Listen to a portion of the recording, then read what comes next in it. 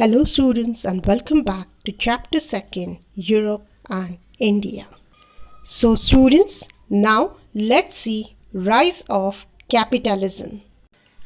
Students, your capitalism is an economic system in which private individuals or group own capital goods.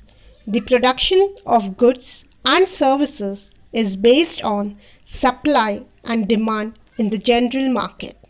So, with the discovery of new sea routes to the east, European traders started trade between Europe and Asia. Students, so many traders came together to carry out trade because it was not so easy to carry the trade individually, and this gave rise to many trading companies. Students, remember, trade with East was very profitable and it was also responsible for the economic prosperity or growth of the nations.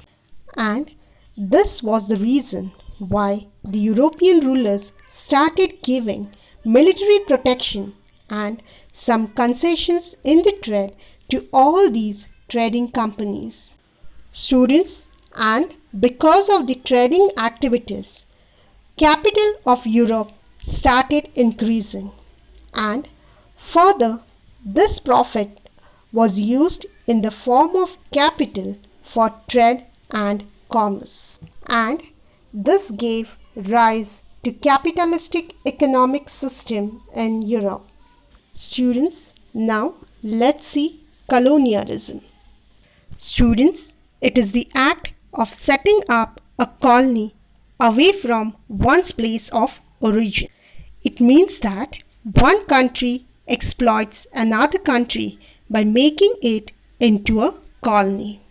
So, on the basis of military and economic strength, one country occupies another region and establish its political supremacy.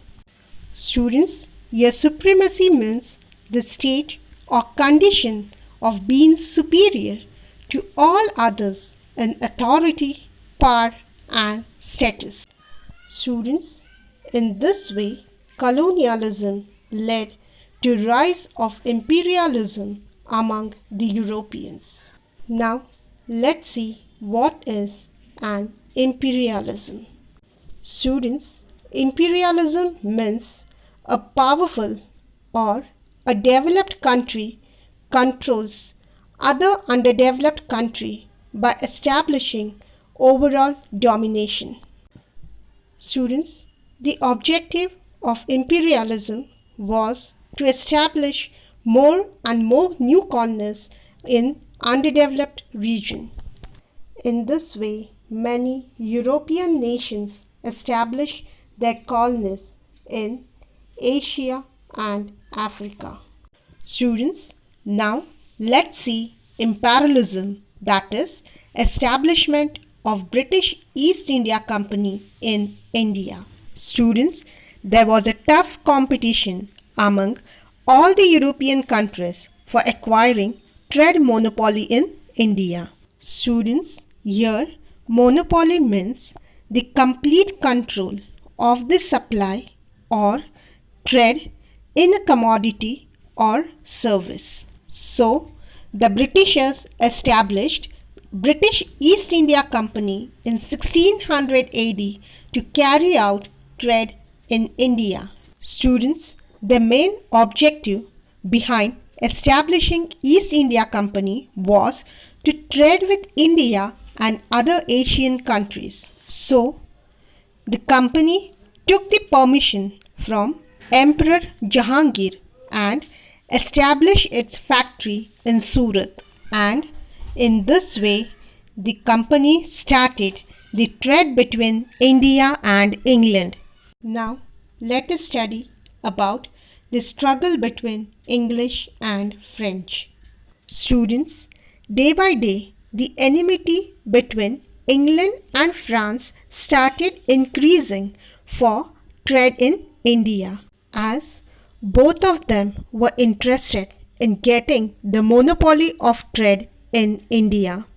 Students, and due to this, three wars were fought between England and France, which were known as Carnatic Wars. At last, in the Third Carnatic War, England finally defeated France.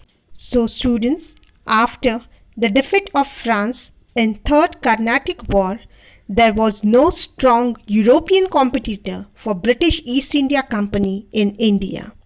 And in this way, British acquired trade monopoly in India. Students, hope you have understood the lesson till here, and the remaining part of the lesson we'll see in the next video.